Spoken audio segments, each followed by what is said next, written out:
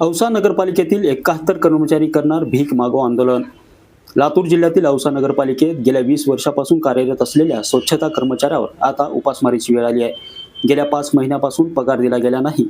सुरुवातीला या कर्मचाऱ्यांना 5 ते 7 हजार रुपये पगार होता. यानंतर आता तो पगार 12,500 झालाय. मात्र नव्याने निवडून आलेले नगराध्यक्ष व उपनगराध्यक्ष झालेले अफसर शेख आणि त्यांच्या बहीण नगराध्यक्षा यांनी या कर्मचाऱ्यावर दबाव टाकत 9,000 पगारावर काम करा, अन्यथा कमी करण्यात येईल असं तोंडी फर्मान सोडत या स्वच्छता कर्मचाऱ्यांचे 5 महिन्यापासूनचे पगार रोखले आहेत. त्यामुळं आता हे स्वच्छता कर्मचारी उद्या भीक मागो आंदोलन करणार आहेत. नितीन बनसोडे, एकमत डिजिटल, लातूर.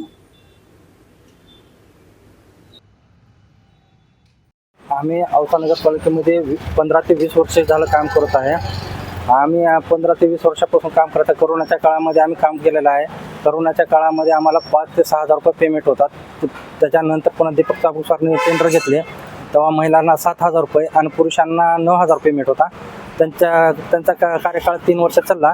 पण परत पुन्हा आम्हाला होळकर साहेबांपर्यंत आम्ही भेटलो. होळकर साहेबांनी आम्हाला पुन्हा दीपक चाबूक सरची भेट झाली. पुन्हा त्यांना भेटून आमचे पेमेंट सरसमान करी महिन्याला बी 12.5 केले आणि परत पुरुषांना बी 12.5. मग हे 5-6 महिने चाललं असं. मग आता औसा नगरपालिकेचे इलेक्शन झाल्यापासून अफसर शेख आणि त्यांचे बहीण हे नगराध्यक्ष आणि उपनगराध्यक्ष आहेत.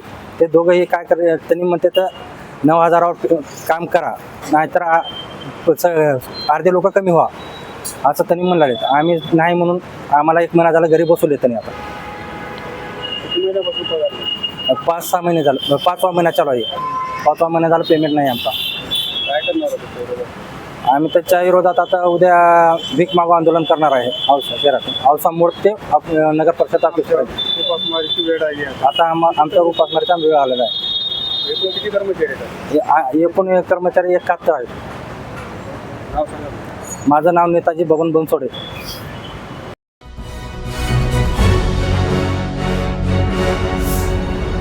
Thanks for watching Ekmat Digital.